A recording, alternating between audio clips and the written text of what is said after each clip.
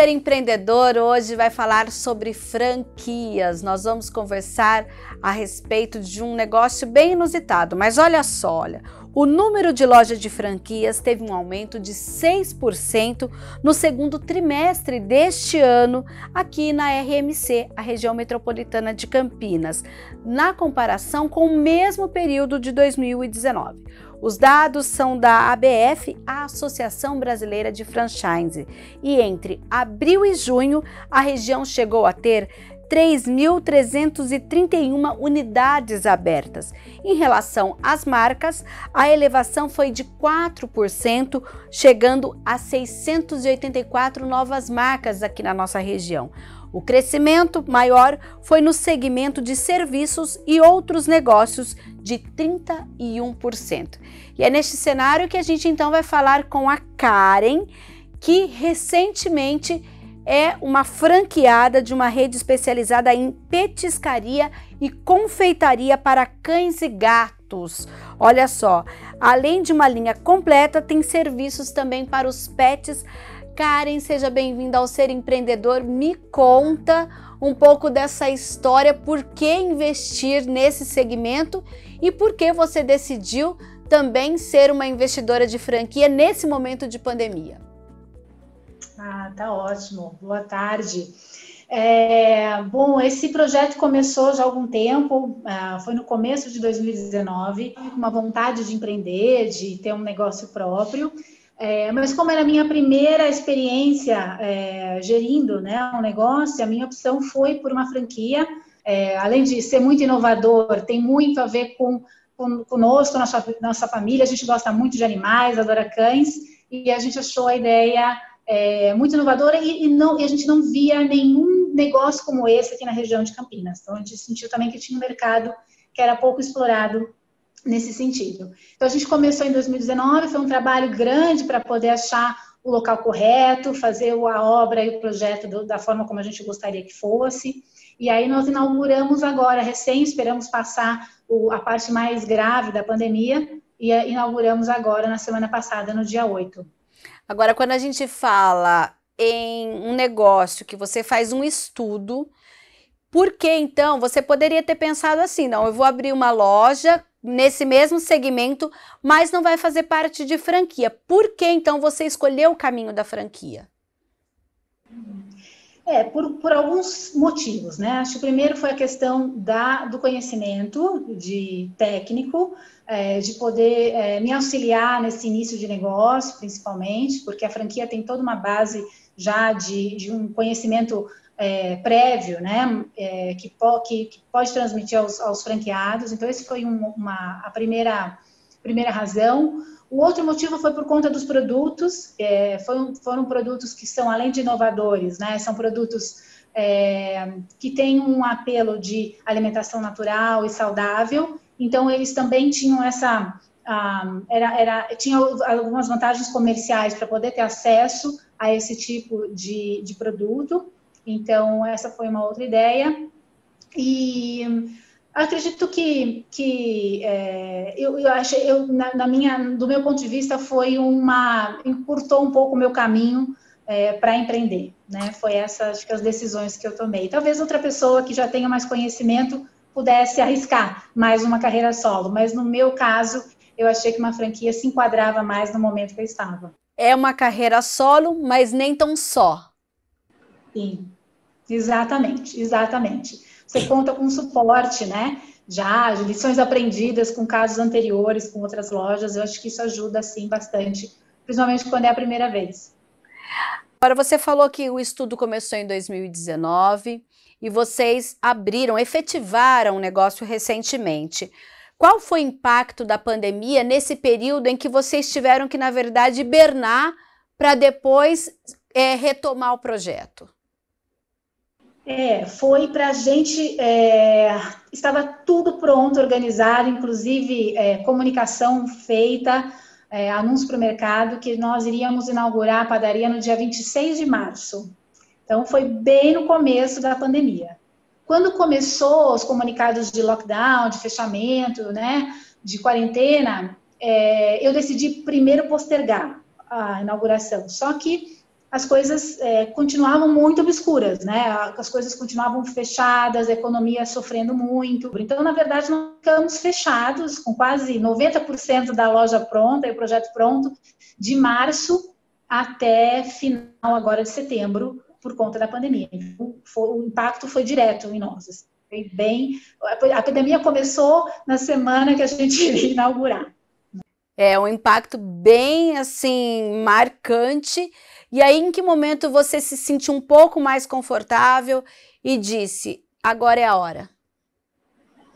Quando o município começou a mudar, né, a categoria da cidade para faixa amarela, né, assim, saiu dos estados críticos, que eu comecei a ver que as pessoas estavam circulando mais na rua, que o comércio estava começando a se restabelecer, porque eu acho que tem uma questão lógica econômica, né, de movimento na loja, tudo mais, mas também tem, acho que, uma questão de responsabilidade também, né? De fazer uma inauguração, por exemplo, fazer aglomerar pessoas. A gente não tinha essa, a gente não queria fazer isso, né? A gente também entendia que era uma coisa importante respeitar a quarentena, respeitar o distanciamento e tudo mais. Então, quando a gente começou a ver sinais do município e também do estado de abertura gradual do comércio, e ver mais pessoas na rua, e a gente começou a sentir que era o momento correto mesmo de retomar o projeto e abrir agora em outubro. Você já esteve à frente de outros negócios? Não, nunca, nunca. A minha experiência é empresa, né? Sempre trabalhei em empresas multinacionais, mas, lógico, a gente sempre acaba participando das decisões de negócio e tudo mais, mas como responsável, né, de tudo, né, enfim, de contabilidade, a gerenciamento de estoque, a marketing, é a primeira vez. Estou aprendendo um monte, cada dia eu aprendo mais, cada dia eu vejo que tem mais coisas para aprender. Até então, que experiência que você tinha lá nas multinacionais, o que isso tem colaborado para que você seja mais assertiva? Bom, minha formação é na área de recursos humanos, então a questão da gestão de pessoas, com certeza, né, ajuda muito,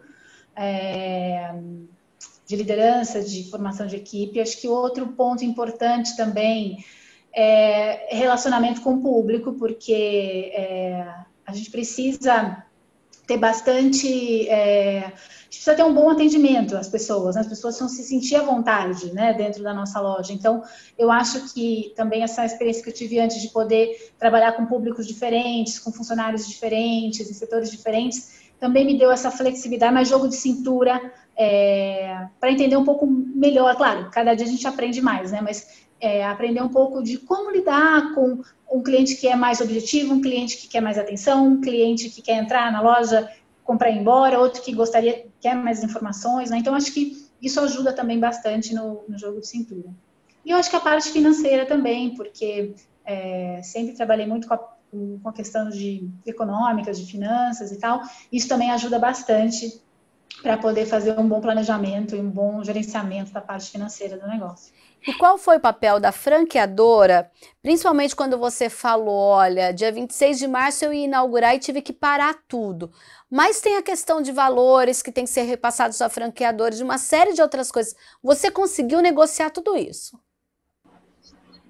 Como a gente não tinha feito a abertura, toda a parte de compras, de direitos da franquia, isso tudo tinha sido feito já em 2019. Então, essa parte já tinha cumprido com eles, né? Mas, como eu não tinha começado ainda a operar, não tinha nenhum royalty, por exemplo, né? Tem aluguel de imóvel? Tinha, Karen? Agora, do imóvel, nós fizemos também, acho que uma boa escolha no começo do ano, porque o imóvel que a gente alugou era um imóvel que a gente queria muito, num ponto muito bom, mas ele precisava de muita reforma, mas ele tem um espaço, ele tem um bom tamanho, e a gente conseguiu unificar também uma operação de uma empresa do meu marido aqui, então ele conseguiu isso tudo em janeiro, foi muito, enfim, não sei se é sorte, não sei se pode chamar isso de sorte, mas em janeiro a gente conseguiu unificar a operação que ele tinha aqui, então ele tinha parado de pagar o aluguel onde ele estava e veio para cá, então no final teve um aumento um pouco maior para ele, mas não foi nada que Claro que eu acho que muitos outros comerciantes que tem custo 100% do aluguel. No meu caso, eu consegui gerenciar esse aumento, esse aumento no custo por conta dessa decisão que nós fizemos no começo do ano de unificar um outro negócio dele aqui. Então, isso nesse ponto de vista ajudou, mas não vou dizer que foi fácil, porque eu tinha feito já todas as compras de produto com fornecedor, então eu durante a pandemia eu fiz o pagamento, né, honrei, né, todos os pagamentos com o fornecedor, mesmo com a loja fechada. Eu não tinha folha de pagamento, porque também não tinha dado tempo de contratar as pessoas, felizmente, assim, desse ponto de vista da obrigação financeira, mas fornecedor e o aluguel foram meses aí que a gente teve que fazer um esforço importante aí para poder dar conta, né? Mas quando eu escuto outros relatos de outros empresários, eu realmente não posso me queixar, porque acho que dos males, né, de todos os males, o meu ainda foi o menos pior. Qual foi o investimento nesse negócio? Então, assim, eu não tenho autorização para dizer números totais, mas o que eu posso dizer é que eu tive dois investimentos importantes, assim, em termos de grupo, né? Primeiro, a aquisição da franquia em si, mas, como eu disse, eu queria esse imóvel que nós estamos aqui na Coronel Silva Telles e precisava de muita reforma para poder adaptar o projeto. Então, o maior investimento que eu tive foi na adequação do imóvel. Esse foi o maior gasto, claramente, assim, em relação a tudo, né? E que tem uma taxa aí de retorno mais longa por conta de toda a ativação, né, do investimento que nós fizemos. Você disse que quando vocês escolheram e você escolheu esse negócio, viu que tem um nicho de mercado que não é atendido aqui na cidade de Campinas e até na região. Queria que você falasse um pouquinho dentro dessa expectativa, em quanto tempo você acredita que o seu negócio vai ter o investimento de volta? Nossas projeções, né? Claro que agora com a pandemia, com o atraso do projeto, mas a projeção é de 2 a 3 anos de retorno do investimento aqui. Talvez muito por conta, de novo, né, do investimento da estrutura física que foi feita, né? Aqui. Então, essa a previsão. Estamos há uma semana só operando. Então, não consegui ainda reavaliar essa provisão, mas a princípio é isso mesmo. Nesses primeiros dias já dá para sentir a aceitação do público, Karen? Sim, olha, foi muito boa assim, a aceitação, a gente está muito feliz. A gente teve o lançamento na quinta, depois inauguração na quinta, aí a gente começou a operar mesmo poucos dias, foi sábado, segunda feriado, né? Terça e ontem foram muito poucos dias, mas a resposta que a gente está tendo é muito positiva, tanto da parte dos produtos, mas também do espaço, porque a gente fez de uma forma que para proporcionar às pessoas um espaço de convivência deles com os pets, né? O pet pode ir também. O cachorro, sim, claro. Aliás, ele aqui é a estrela, né, da loja. Então, é um lugar que você pode vir com o cachorro, pode tomar um café, pode marcar com um amigo para brincar, tem piscina de bolinha para o cachorro brincar, tem as petiscos diferentes, a gente tem um espaço super bacana para tratamento de pelo, né, de banho e tosa. Então, a aceitação está sendo muito positiva, eu estou bem feliz. E essa questão aí que você até contou para a gente da operação da empresa em que seu marido atua, ser junto aí, você acha que, querendo ou não, isso também te dá um suporte, uma tranquilidade, sabendo ali que tem alguém do seu lado, mesmo que não diretamente? Claro, claramente. Eu acho que o suporte da família, né, é fundamental, com certeza. E não só o apoio moral, né, vamos dizer assim, mas também ele tem bastante conhecimento, ele é um empreendedor já há muitos anos, então a gente troca muita ideia, muita figurinha tem, né, das dúvidas mesmo do dia a dia, da gestão e tal. Então ele é um super apoio para nós aqui, com certeza, com certeza. Karen, eu agradeço a sua entrevista, sucesso no seu negócio e até uma próxima oportunidade. Muito obrigada. Olha, e a gente volta no próximo bloco. Você sabe aí o que é capital social? Nós vamos conversar com um especialista e contar tudo aqui depois do intervalo. Não saia daí.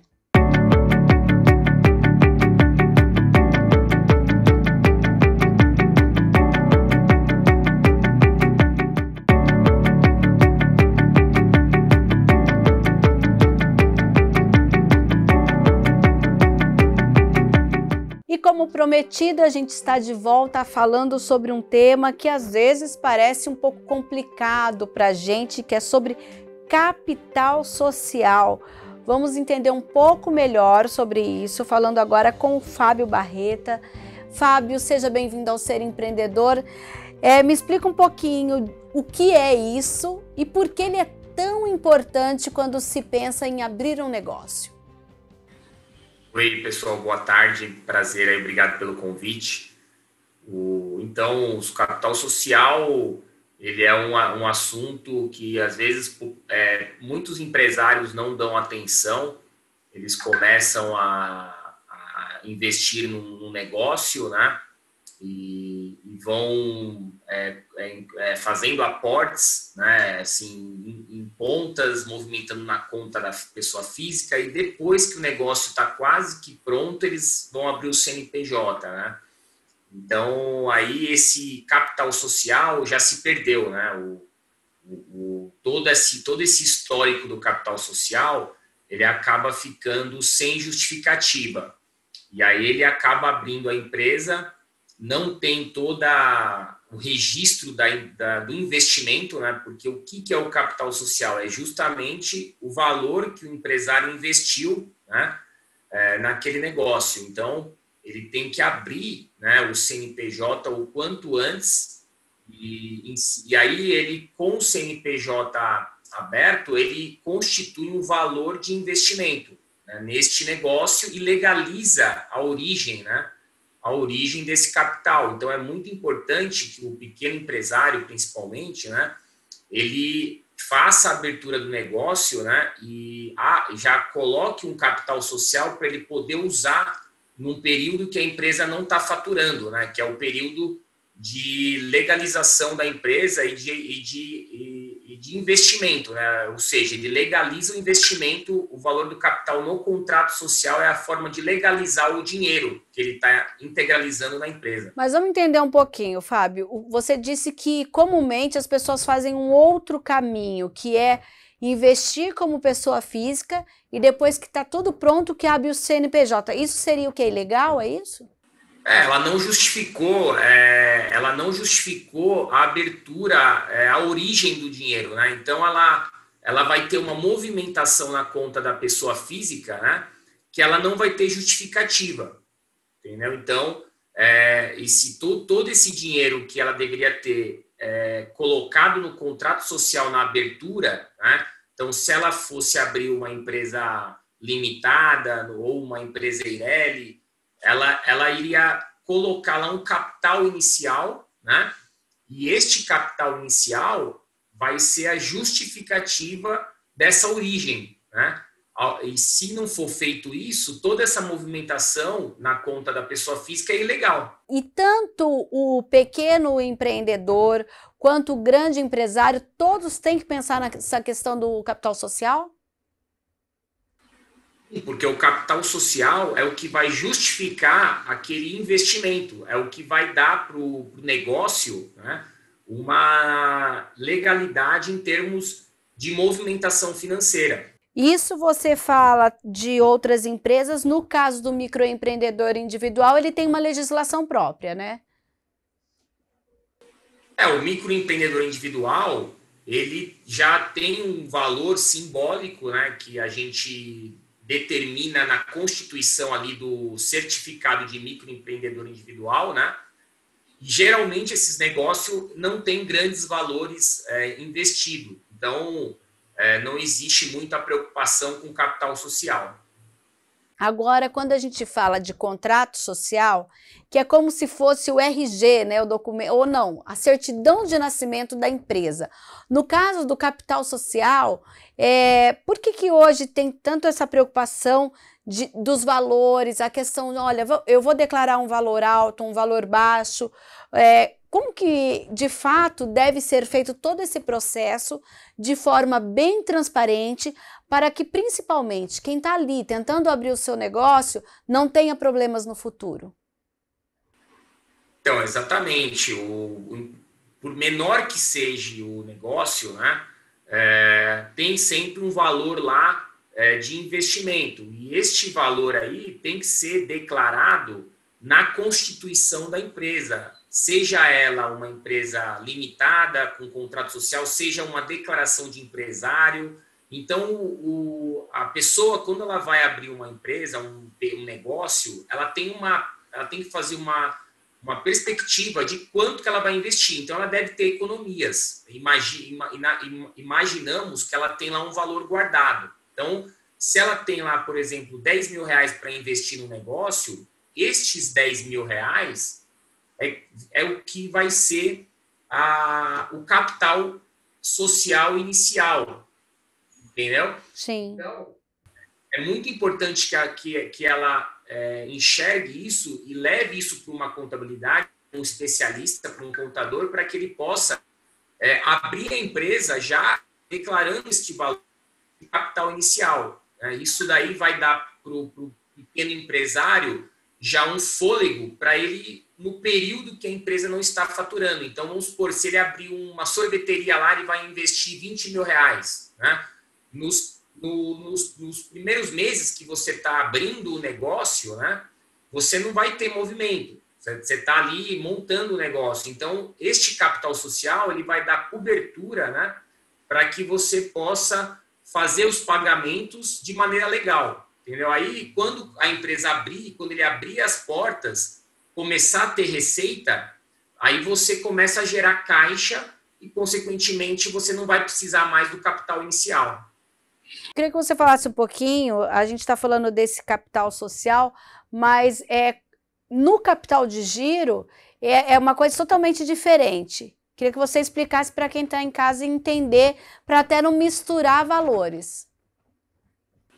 Exatamente. A movimentação, é por isso que tem que abrir o CNPJ o quanto antes, porque aí você já abre uma conta bancária específica para aquele negócio e você não fica movimentando com a conta da pessoa física. Ou seja, você já começa a separar o que é despesas da empresa e o que é despesas suas pessoais. Então, é muito importante fazer essa abertura, essa legalização do negócio, mesmo antes porque as pessoas têm uma concepção errada. Ela acha que o CNPJ só tem que ser aberto depois que o negócio está pronto para funcionar. Ao contrário, né? Se você já tem um ponto, se você já tem um local, já fez a locação de onde você vai instalar o negócio, é naquele momento que você tem que fazer a abertura do CNPJ, antes mesmo da reforma, antes mesmo de você preparar o local, né?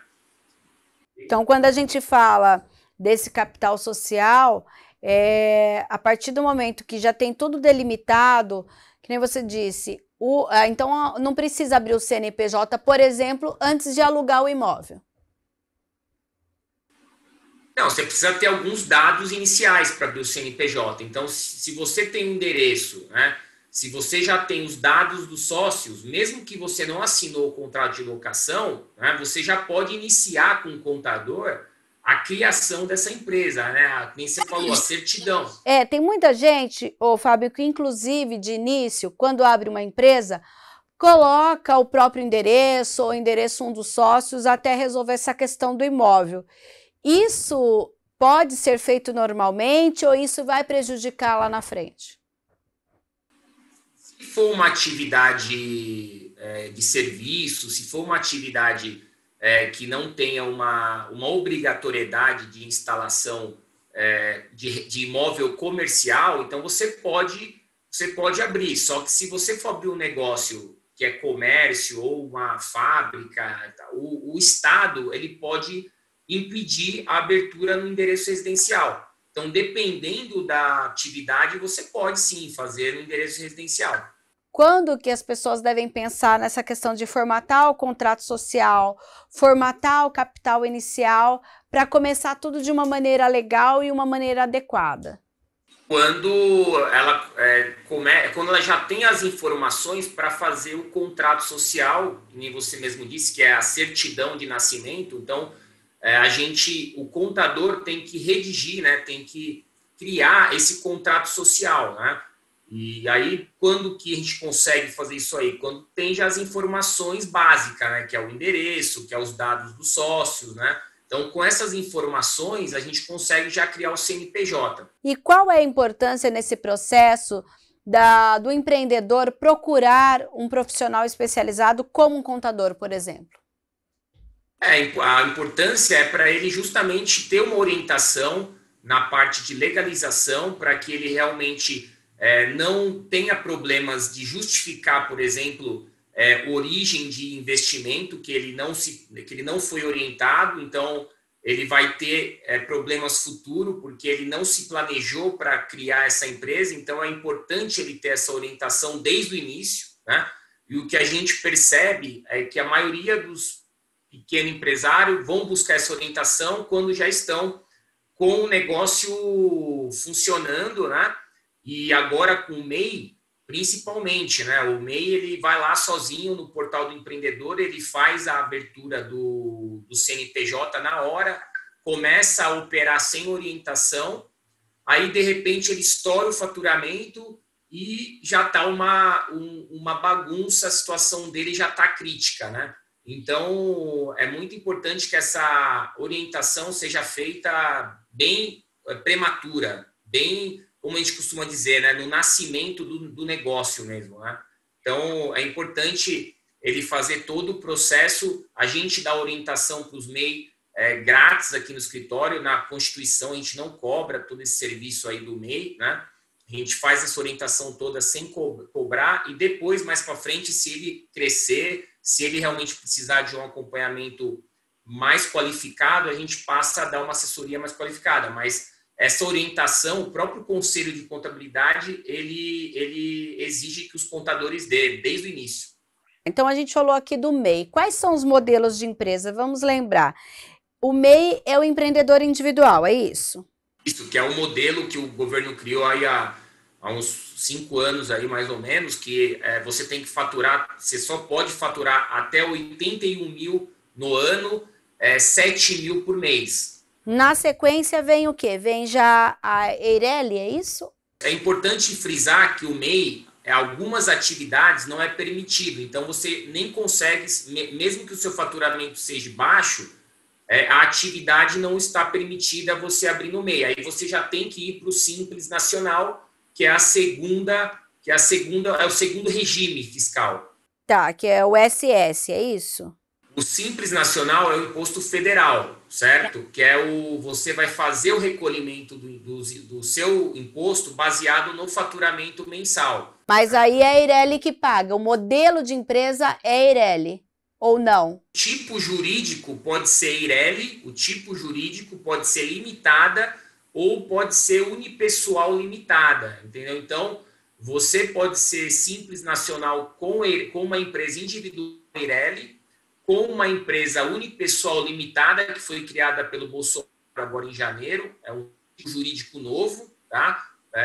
Ou sociedade, ou você pode ter um sócio e fazer empresa limitada empresarial. Que daí nós temos a sociedade simples e a sociedade anônima, é isso? A sociedade simples é a optante pelo simples, no regime simplificado. A sociedade aberta é a empresa de capital aberto, que essa daí já é quando a empresa passa a operar em bolsa, né? Então, não é o caso de microempreendedor. Certo. Então, dependendo do investimento e dependendo, claro, daquilo que se vai produzir ou oferecer como serviço, é que a pessoa deve procurar um especialista para saber em que porte e em que sistema jurídico a sua empresa se encaixa. Exatamente. Eu acho que, na verdade, todo negócio precisa ser avaliado com um especialista, né? Até mesmo um MEI, por exemplo, ele tem que buscar orientação de um especialista. Por quê? Porque senão ele vai abrir uma empresa lá no portal do empreendedor totalmente errada, com a atividade errada. De repente, a atividade dele não pode optar pelo MEI, ele já tem que ir para um tipo jurídico EIRELI, limitada, entendeu? E toda essa orientação técnica, ele não sabe. Então, eu sugiro que essa orientação seja feita em qualquer circunstância. Tá certo. Lembrando que a EIRELI é empresa individual de responsabilidade limitada, né? Que tem aí alguns critérios e você deve procurar um profissional qualificado para orientar, você que quer empreender, para orientar qual é o seu melhor modelo aí e sistema jurídico, né, da sua empresa. Fábio, eu agradeço a sua participação e até uma próxima oportunidade. Obrigado, eu que agradeço. Um abraço aí a todos. Olha, com essa dica do especialista ao ser empreendedor fica por aqui. Até um próximo programa.